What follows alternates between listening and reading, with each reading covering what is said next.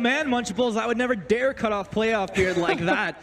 But, I mean, we were up here, we were talking about some of our favorite things that we've seen out on Sovereign's Rise, and look at it.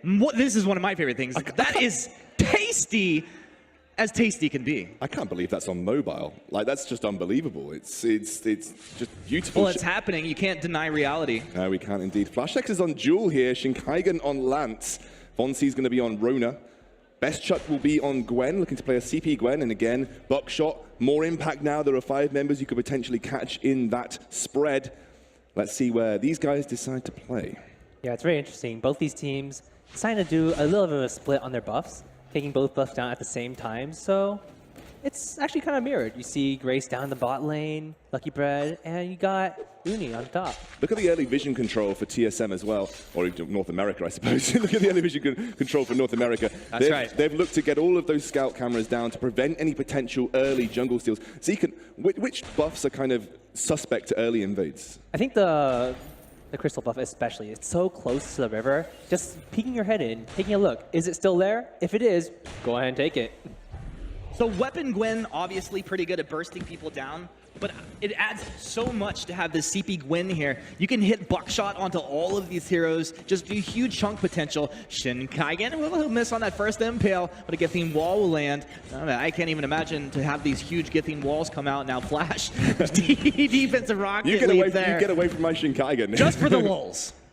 Lucky Bread now heading down. Looks like they're running almost a double support strategy, so double roam coming out for the North American team. You're going to have Lucky Bread on this Grace and Shinkaigen on the Lance. He might actually be running for something. Not a very supportive build there. He looks like he's running for a more aggressive Lance build. Maybe building towards Spell Sword as we get some action opening up early on. Yeah, Vonsi lighting up over here, starting with that foe splitter, getting in, getting back. Lucky Bread's going to use those boots to go ahead and reposition, and he's got that protector contract out here. That's also pretty good value as well, right? Like any ally you have, you can throw it on more heroes now. Yeah, I really enjoy how these two teams already have a little bit of a meta going on. They both went with a very similar jungle rotation at the start, and I mean, there's a little bit to be said. They were screening against each other, and they have an idea what they're going to do. Chingy using that afterburn. He's going to go ahead and knock Flash back.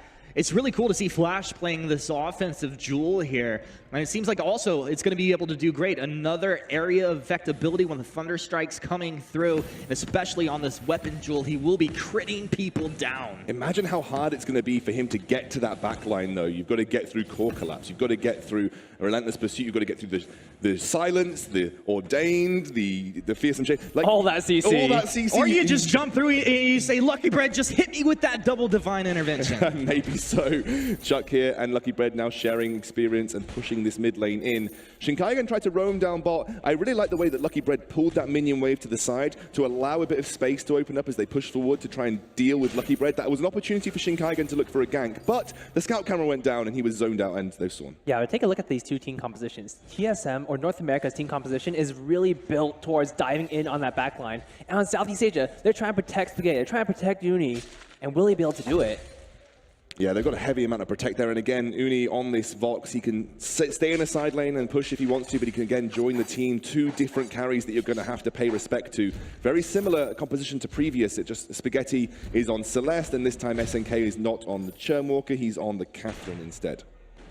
I'm watching Chingy here, and occasionally he's making the rotation on the opposite direction of the river. It feels like it could be a little bit of a problem for him. He's actually on this buff camp here. Now this is going to be a big deal. Whoever's going to secure this grabs it. I think it goes over to... Celeste. Actually, yeah, it did go over to Celeste. This is a great buff for Spaghetti here. Yeah, again, boosts that CP power of a CP hero. That's a really good invade. And the SEA team, especially Chingy, isn't afraid to move in to the enemy jungle, to look to take camps away. He did it on the healing camp. He's done it on the crystal camp now. Yeah, it's actually incredibly important. You might look at Southeast Asia's side, and they actually don't have many of their jungle camps taken down. North America, all their camps are gone, but a lot of those went to Southeast Asia. Speaking of the jungle camps, Zekan, what are the respawn timers on the jungle camps, just so people know how to plan out their jungle paths? So the normal jungle camps respawn every 100 seconds. However, the buff camps respawn every 160.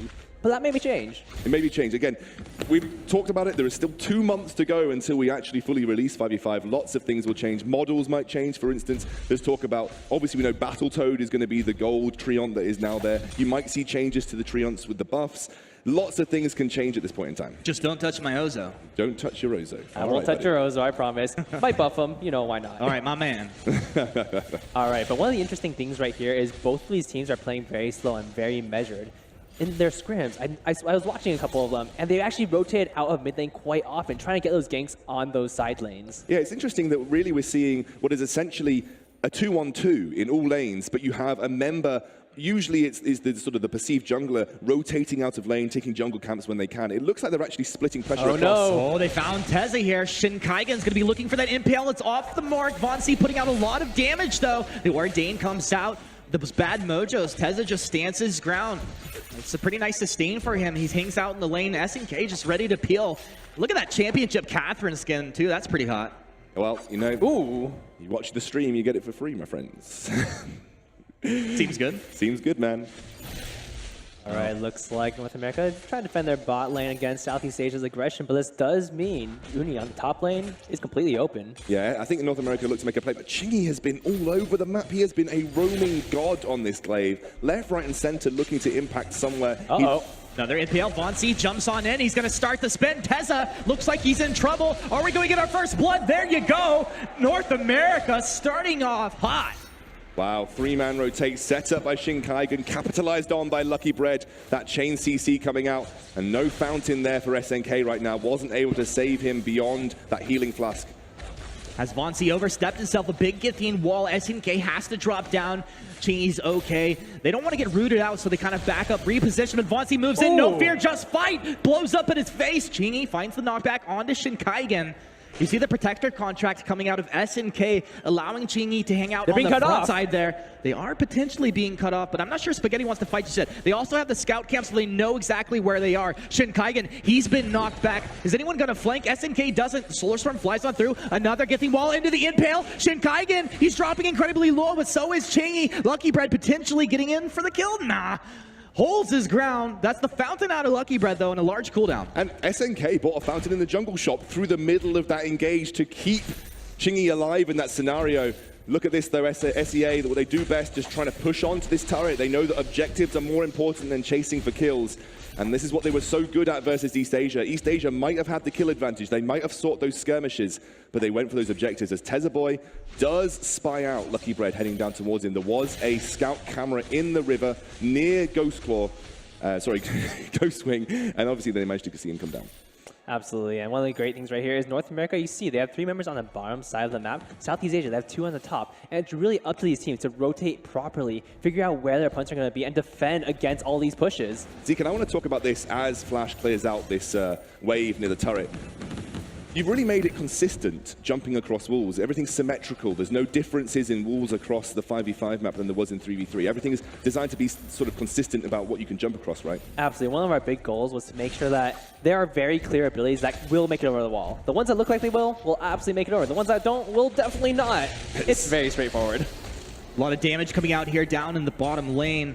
Vainglory hanging in there, Benediction and Lucky Bread to jump forward. They want to get one of these targets, but SNK disrupting the engage continuously.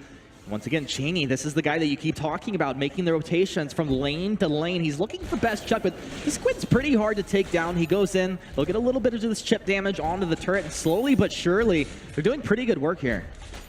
Chingy really likes that gank location for Glaive, sitting just near the North American turret in the mid lane, looking for an opportunity. Actually, Vainglory's going to have to be careful here. He is level 8. He's got a level advantage over his opponents. Shinkaigen's coming down. Shinkaigen will be looking for the setup. Lucky Bread dropping low, but has the fountain. Shinkaigen knocked back. Vainglory has the damage. Big impale to come out. Look for Shinkaigen to get a big Githian wall out here. Solar Storm comes on through on the 2. Shinkaigen sets it up for Vainglory to knock it down. Lucky Bread dropping low. That is not the key target for SEA to take down. Shinkaigen, time for rolling. Finds the stun, knocks SNK back. Suddenly, 4 of North America find themselves in the bottom lane. I don't think the bottom lane is done quite yet. They want to take down this turret. They have 3 members rotated down. She can't really engage. She is way too low. Another big impale coming out. This weapon lance doing work. Also with the spell sword as well. A lot of cooldown. And I like this build. Shinkaigen known for these very fun builds. And NA standing their ground, getting damage down onto the turret. They haven't drawn the aggro, so they're doing just fine. SEA stands their ground. Tezzaboy finally making his way back out into the lane. He's got the Ordain down to Lucky. Holds his ground. ground. Shinkai-gun! Shinkai-gun sets it up. They find another kill. North America's up 3-1, 10 minutes in. And that is our Super Evil Megcorp World Champion right there for you. Oh my god, I mean, if you're good at Vainglory, I guess so. Shinkai-gun will go down, cursed by Zekant himself. I guess I jinxed him just a little bit there. You're pretty powerful yourself. Something I want to talk about that's interesting with the defensive itemization here in 5v5. In 3v3, it can be quite straightforward as SNK face checks here. Nice stun there. SNK, you're going to go down, right? He'll use the fountain. Yeah, there's a lot of damage coming out of Von C right now. Absolutely, but speaking to Excounsel's point earlier, being able to choose what you want to itemize against is incredibly important.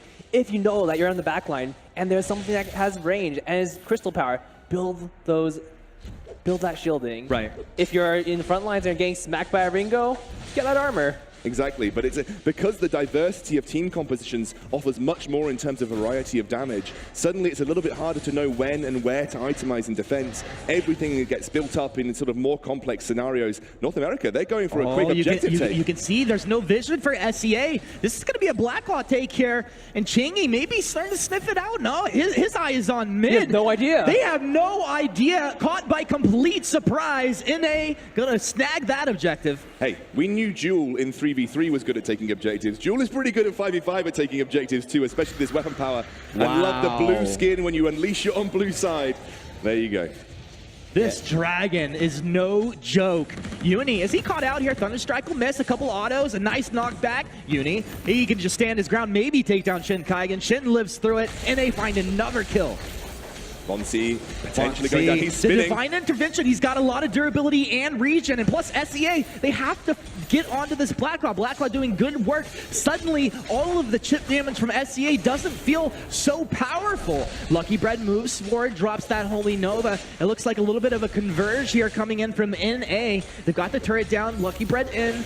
And they're going to go ahead and respect this pretty well. I really like the CP Gwen in this scenario because you're able to disengage really easily. Lucky Bread oversteps just a bit, but they have got what they wanted from this engage. They got that middle opening turret that opens up the map. You can venture more easily into the enemy side jungles to steal away camps, to set up traps, to get deep vision down, get those scout cameras right into the enemy jungle. And in the meantime, Flash X on a weapon power Jewel, and now I think of it, seems like a perfect split pusher, able to take yet another turret in the side lane.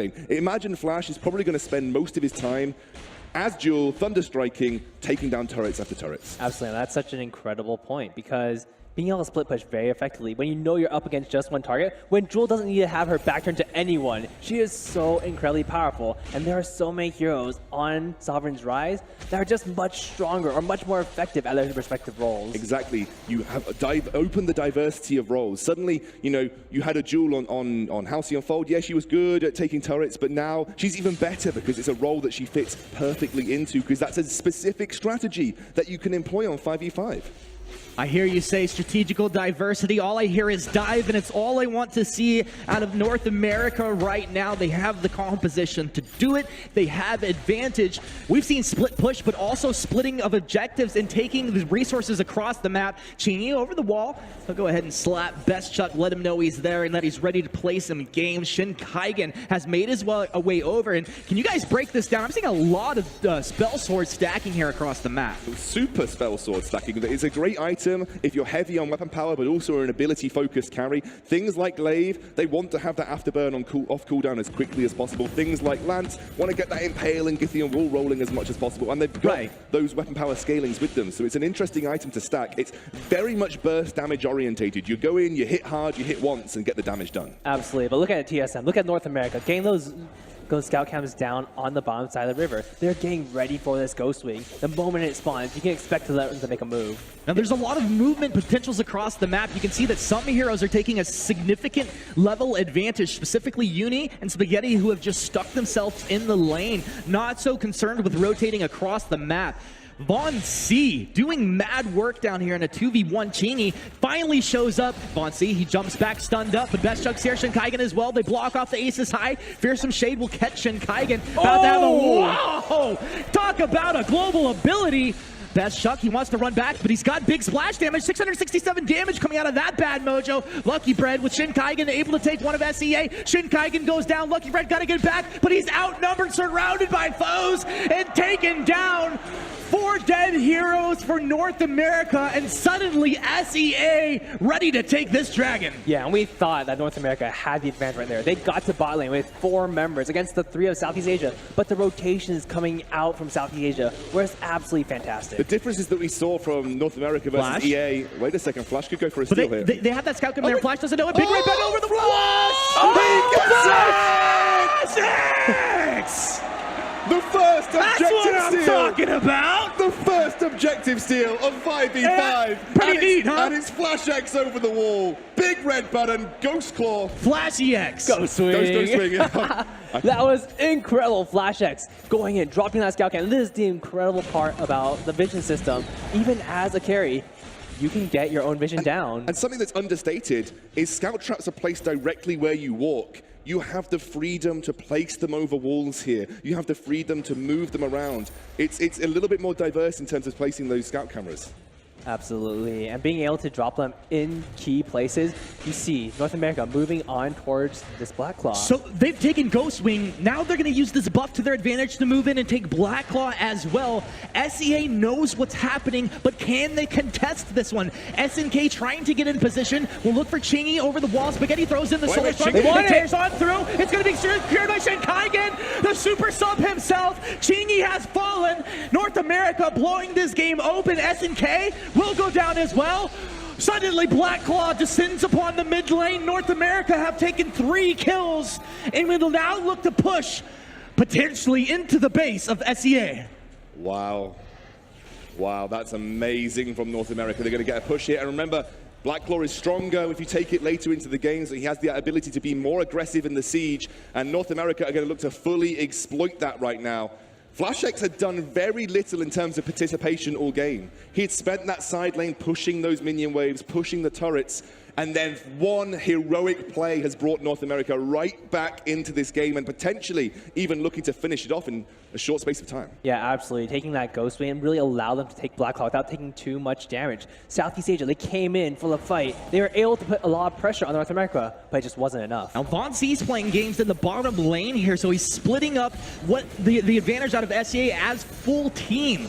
And it's a lot of damage. This turret will most likely go down, but I don't think North America stays around. It's going to be close. I don't think they stay around for it. They do get that turret. They open up the armory. And actually, what you see here is a very classic 5v5 tactic being really perfected already in Vainglory. It's the 1-3-1, the double split push composition, looking to put pressure in every single lane at the same time. And the beauty of Black Claw is he actually helps facilitate that. He becomes a mid lane pushing monster, and then you have those side lanes with Rona and Jewel just shoving those turrets down. Absolutely. Being able to force your opponents to misstep, forcing them to draw apart their team, making them have to decide, do they want to send 1 here, 2 there, 3 where?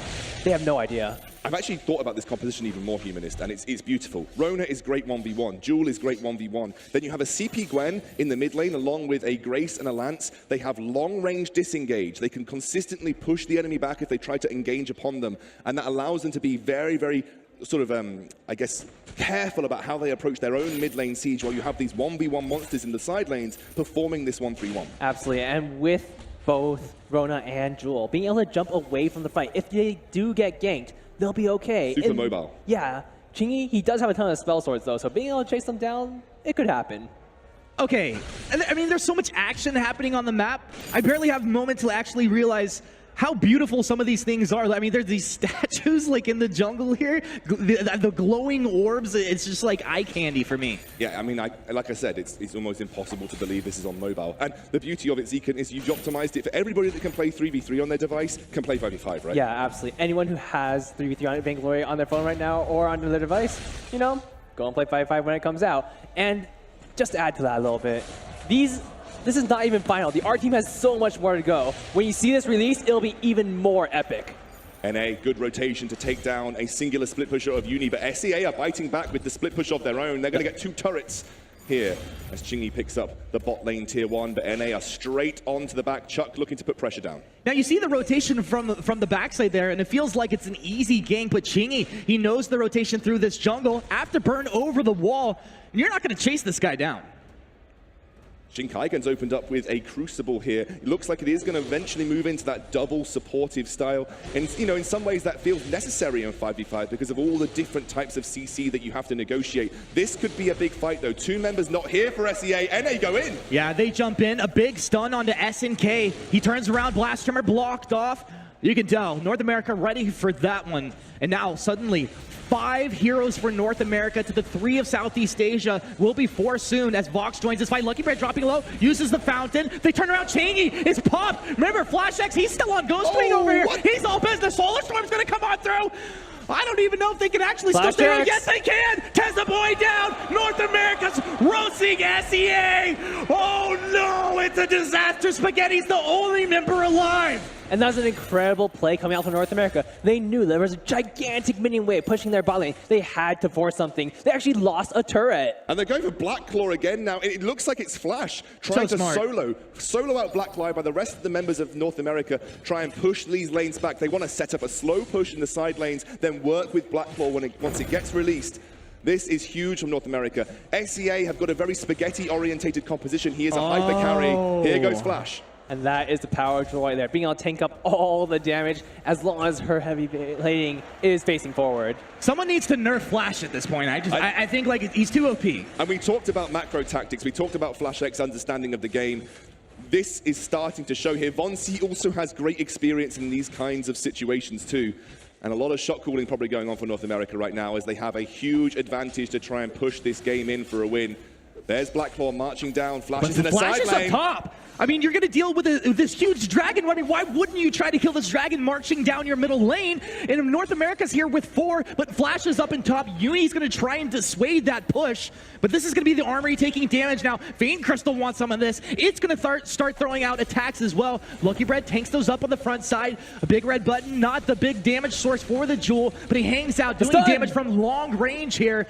Armory, just a matter of moments before it goes down. A Thunder Strike will clean that up. Blackcaw still alive at this point. What will be the call? NA, hang around. They're going to keep SEA busy right inside the mid lane here. Flash still going up the top, but he needs to get the minions forward. Huge damage. SNK is down. They've traded, though. Lucky Bread falls. Vonsi as well. Chuck has huge burst damage. It's the buckshot bonanza of buckshots, we could say, come raining on through as the full item builds coming together. The Vayne Crystal has taken significant damage. Spaghetti on that broomstick runs forward, maybe looking for somebody. The top turret has gone down as well.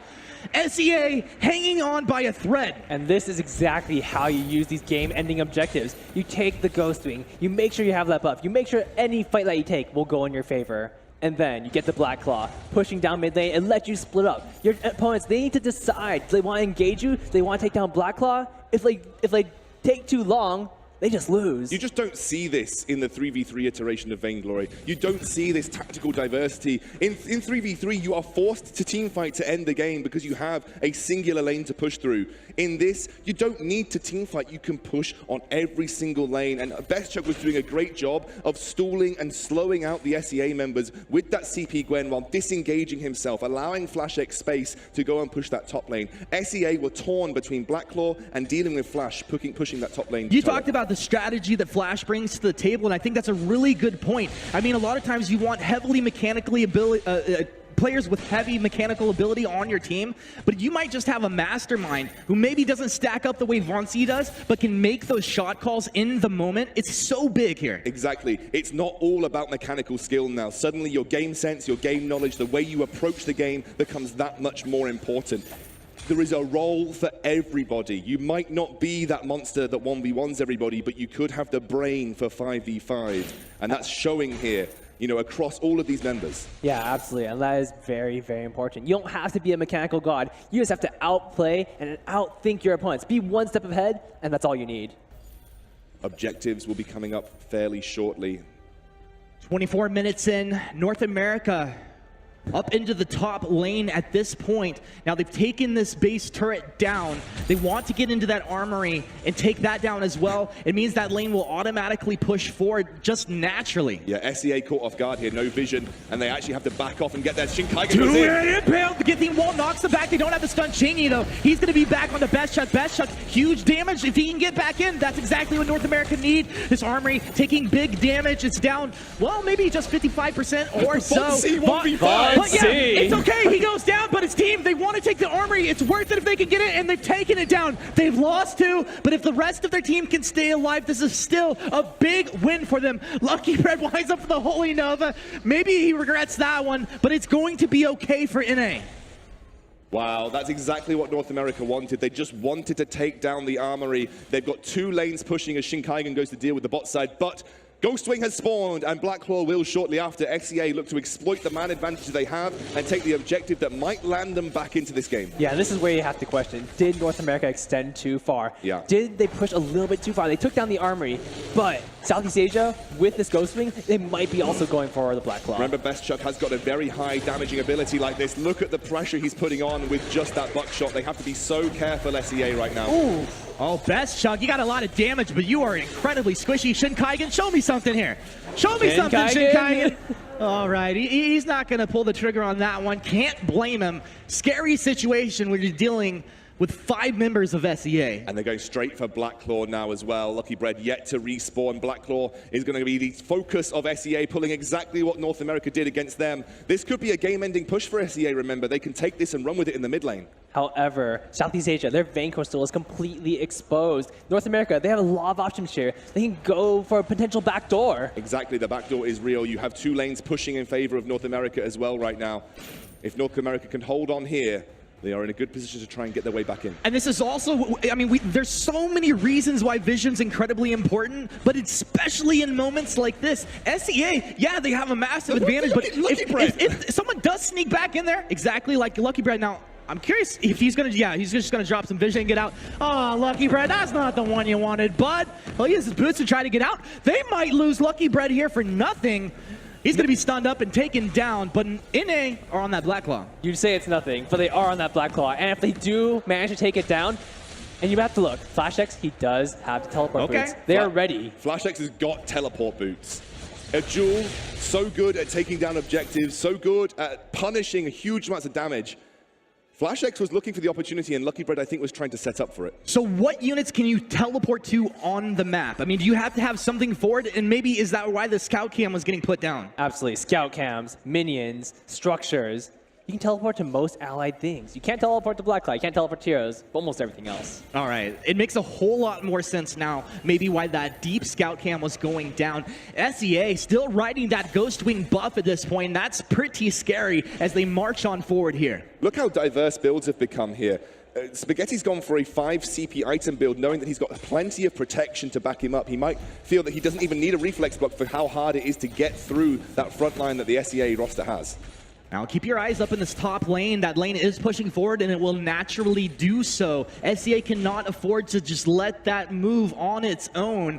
They're going to go ahead and back up here. NA kind of flexing their power on this defense. One of the drawbacks of teleport boots is that you don't have a sprint, you just have the teleport. So the drawback of it is that you don't get that immediate burst of speed for those tense situations, but you have the flexibility to make your presence known across the map. Yeah, I can see North America is actually taking advantage of the fact that they have 2 armories down to really draw Southeast Asia back into their base. Yeah. Now they know where all of them are, is their chance to take control of this jungle. Yeah, they took that crystal buff away, I believe, and handed it over to Best Chuck, who is now at a full build. We are at the late game stages of this game. Everybody riding on 5 items. No one really dragging behind. SNK is sitting on minion candy still, maybe looking to help defend against those sort of weakened waves of his own. Yeah, even EU 3 vs 3, we never saw 90k net worth. That's pretty tasty. There is 2 more players to generate gold there, you missed. Yeah. Of course, just maths. Look at the map. So good at. Southeast Asia, they're completely blind. North America are completely taking control of the vision on this map right now. Nothing to bait for it though right now, Zekan. If Blacklaw was up, maybe oh, Javon C, well, goodness me, going in. But, you know, if they have control of this, then Black Claw spawns. That's a really, really good position to bring SEA to face check and set up for a big fight for North America. Absolutely. And this game is so incredibly even. All these heroes building towards their full item build. Best Chuck and A, Von C just taking a couple more camps away from Southeast Asia. Infusions need refreshing here for North America. It is going to be Ghostwing spawning fairly soon. 20 seconds. This is dangerous. Well, they have no idea. They have no idea. This is a surprise brush. SNK, now he's about the tankiest hero from SEA. He's going to be rooted up. Stormguard comes out. They block off the Flash Trimmer. That's about as good as he could, but he's got 2. That lands onto 3. The chase is on. Fearsome Shade, the Storm rips on through. Shade Kaigen sets up with the appeal, but Flash X is down. That's their huge damage source. NA, can they stay alive? The Divine Intervention comes out, but it's not on Devontae. Devontae's fallen. SEA have taken a massive advantage. They have not lost anybody, and suddenly Lucky Brett's left for dead. Shin Kaigen has fallen. SEA appear to be doing it at this point. And we also have Ghostwing and Blacklaw that have just spawned on the map. Yeah, and you saw right there, North America, they thought they had the Death Rush. But the Catherine, she face checked first. She was completely fine. She tanked all of the damage coming out from North America. And North America don't really have a safe team fight composition against what SEA are bringing to the table. SEA have got a ranged hyper carry Celeste. They've got Uni, who's now at 3 items full build. You've got a very heavy hitting Tezza on this Batiste as well. You know, you have a lot of melee threat coming out from North America and a very low damage output. CP Gwen, she likes to play the range. She likes to play poke style team fights. She's not good in these massive onslaught team fights that SEA function far better in. Absolutely, but look at the vision control in Southeast Asia jungle from the side of North America. Will they go for those teleport boots? Check out Flash. He's got teleport boots. Shin Kaigen too. He's heading towards the bot lane. Double teleport. Double teleport. This could be an attempted backdoor if SEA push very hard with Blacklaw here. But the vision's just gone down. Oh no. They've just lost all their vision. I mean, they could also port one person up into the minion wave, right? Yeah, Get him into position, then port onto him, right? Absolutely. They can teleport onto a scout cam. Best Chuck's probably going to do his best with Buckshot here to try and ward the Southeast Asian composition away with this Blacklaw, but he's going to be waiting in the wings. He has got that big minion wave to work with in the top lane. Flash could look for... He could look for a teleport. I mean, honestly, he's going for it. He's going. Is he going for it right now? The port up in the top, they both go. They're going to force ports back, and the rest of the team will look to do work onto the Blacklaw and also cancel any teleports. The chase is on. Best Chuck's there. He has the area of effect damage, but 2 of SEA have snuck back. Von C, no fear, just fight. Get in there, but he's feared back. Huge Fearsome Shade. The Divine Intervention, but Shin Kaigen's here. Flash X, they're closing onto the back. No retreat. Another peel for Chingy. Oh! Shin Kaigen! SNK, can he get the disables for his team? They're going to be able to block off the stun now. Kiting backwards, NA, they have the advantage. The Fountain comes out. SNK's down. NA, they take 2. They lose nothing. Tezza Boy, all they can do is throw the Fearsome Shade. SEA's on the back foot. If North America do not lose any heroes, they will be closing this game out. They jump in. Uni split apart from this team.